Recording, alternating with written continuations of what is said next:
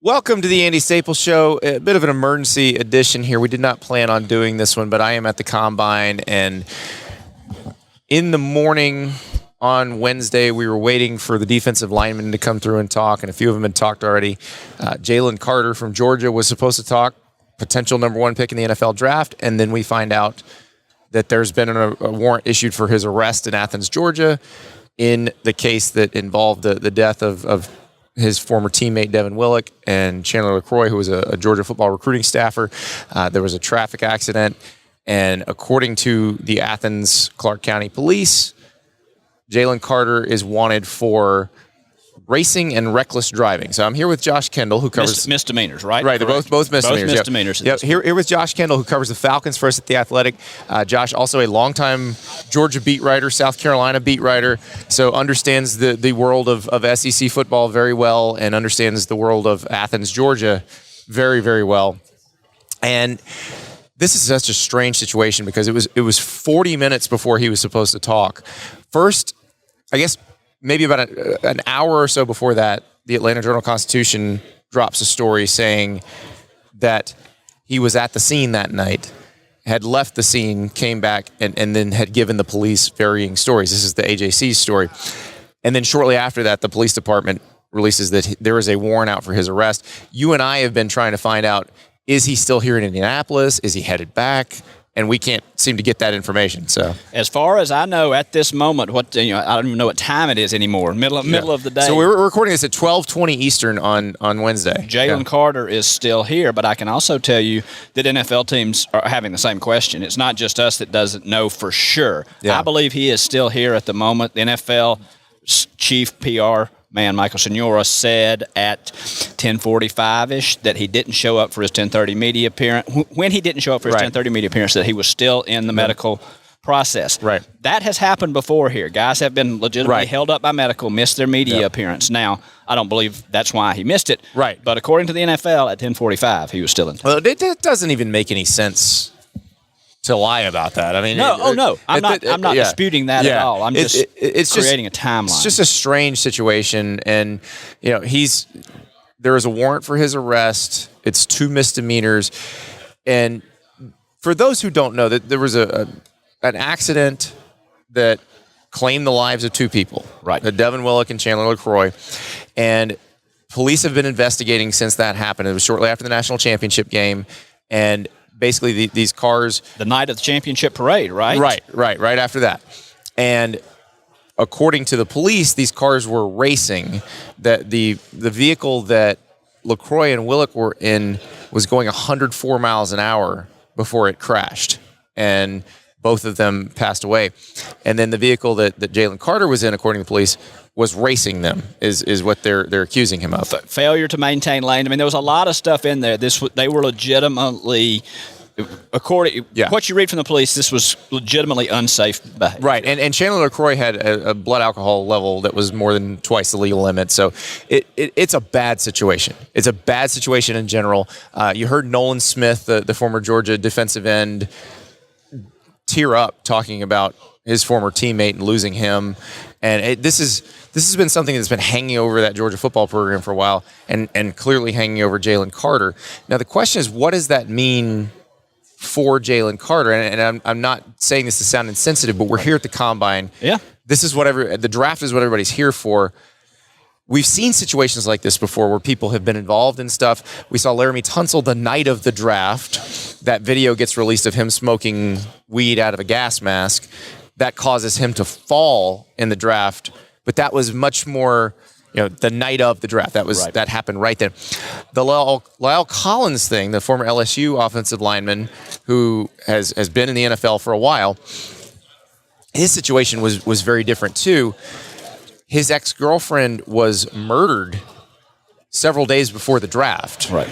And he wound up not being a person of interest or a suspect or anything, but until the police could interview him and clear him, nobody would touch him. And so he wound up going undrafted and then signing a free agent contract with the Cowboys. But this is a different situation because these are 2 misdemeanors. Conceivably, Jalen Carter can go to Athens. He can turn himself in. I would assume either get bonded out or released on his own recognizance, and then then what? Because he's got to talk to NFL teams. Like, Right. would you talk to NFL teams if you had pending charges? I think you would clear that up first. But the timing of this is very embarrassing and very inconvenient for Jalen Carter. Right. But it's not bad in the long-term sense.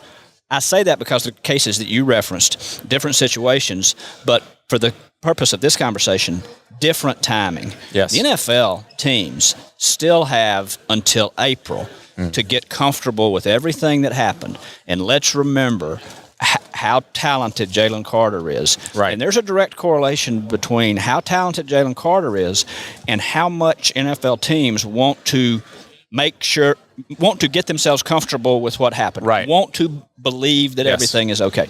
They still have plenty of time to do that. And we'll have to. I mean, anybody who's considering drafting him, you're going to have to go through this. You got to make sure there's not another potential charge out there. You have two families of people who died. They may consider civil lawsuits. You've got to consider all these things, even if they might not happen. Right. And that's the part that is, it's shocking that this comes out now, and that because obviously the police department would know that he's here. You would think. And this is, and so we'll see what the timeline is. And you covered Georgia for a long time. You went to Georgia. There's always been this. It's strange because I think in most places the assumption is, especially with SEC schools, that the local law enforcement just covers up everything for the teams and all that. The Georgia fan base opinion of the Athens Police Department has always been, they're trying to screw Georgia all the time. And it's probably, the truth is probably somewhere in between. It's probably they're trying to do their jobs. I think that that's the case. Yeah.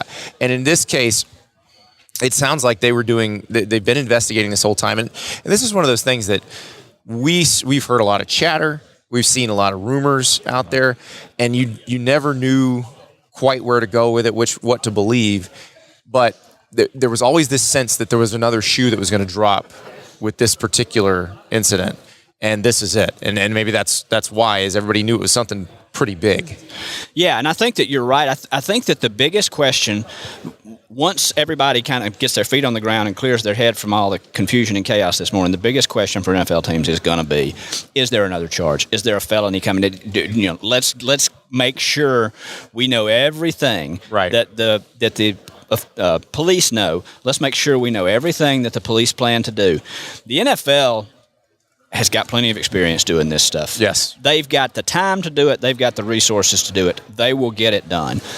I believe that right now, today, as we sit here, this has dinged Jalen Carter's draft stock. But that could change by the draft. I believe by the time we get to the draft, based on what we know now, all of that could be repaired. Yeah. And it's interesting because people keep bringing up like Todd McShay saying there were character concerns and that sort of thing. That all happened before this incident happened. Right. So that conversation, from what I was told, had more to do with practice habits, all that. And I addressed those concerns with some NFL folks at the time that came out, and the NFL people at that time who I talked to didn't share those concerns. Didn't know of anything that made them leery. The part that would make me leery if I'm an NFL team is I would want a very accurate timeline of what happened that night. Oh, absolutely. The AJC story that says the police, said he left the scene and returned to the scene.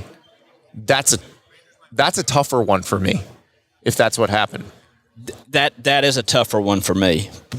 I will say this, and I don't want to be insensitive to anybody or any part of this situation. Yeah, because this is an awful situation. This is an awful situation for everybody involved. It doesn't appear at all that there was an intent for somebody to be harmed. So if I'm a 20-year-old kid in a situation that's horrific in the moment, and I make a bad decision in that moment, but then I maybe fairly quickly come to my senses and rectify that bad decision, I'm willing to forgive that, and I think NFL teams will be very willing to forgive that if that's what it is. Yeah. Yeah, and that's the hard part about this. And I don't want to speculate too much on what we don't know, because there's a lot out there. And I mean, we knew a lot less about this yesterday than we do right now. And so perhaps there will be more information that comes out. And this is, again, this is one of those things. I'm sure you heard it too. Everybody kept saying, there's more to this. Yeah. Keep following this. There's more to this. So, and I think there still will be. So we will see what happens when Jalen Carter goes back to Athens. I mean, at this I think point, there's an order that he has to do this. Yeah. He's got to go talk to the police and get that taken care of. Then he's got to talk to NFL people. And I think at some point at the end of that, he talks to all of us. How quickly that process goes. All of us, we're the last piece of that. But here's my question, Josh, because you cover the NFL, so you understand this better than I would. But if I'm potentially, if there might be more criminal charges, or I'm worried I might say something that could harm me in the cases that, the ones we already know about, or there might be civil charges that are coming, or a civil case that could come. Would I say anything to NFL teams? Because anything you say to them could also come out. I'm sure his lawyer is going to say nothing. If you feel like you can't say nothing, say this paragraph on this sheet. Yeah. And the way it works, just from the NFL side, this is just a logistical part of this process. NFL teams have top 30 visits. They can bring 30 people on. After all this stuff, they can bring 30 people on. So Jalen Carter, minus this situation, probably is going to tell 27, 28 of the NFL teams who say, come visit with us, no thanks. I don't need to come see you. Right. I'm going to be long gone.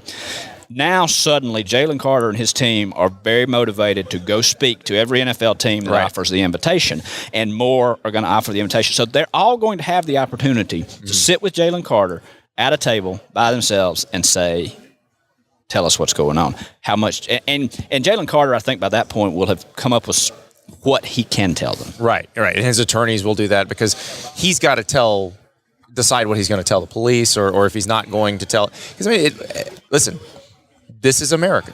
You have the right to not say anything if you don't want to, if you're accused of a crime. And at this point, he has been accused of 2 crimes. Right. So he's got to handle that however he's going to handle that. And NFL teams will be watching, and I guess we will find out over the next month and a half how he's handled that, because this is it's not the first time something like this has happened, but usually when somebody's this far up in the draft, this type of stuff, you're not getting this sort of stuff. Right. This late in the game, the day they're supposed to speak. I mean, the scene this morning here has just been... It was weird. We were all gathered around this podium, and I think everybody knew he wasn't going to come out. But what if he did? I mean, exactly. We would have all. I mean, I would have been interested. It's Jalen Carter walks up to the stage. We would have all been stunned. Who would have asked? Who would have asked the first question? What would the first question? What would you even ask? How would we have handled that? How would he have handled that? It was never going to happen. But it's just been at an event that has seen tons of stuff. Right. This was a first. Yeah. So we will obviously keep track of it, and you can hear all that analysis on this show and on Prospects of Pros with me and Dane Brugler. But this has been a weird one, and we'll talk to you again soon.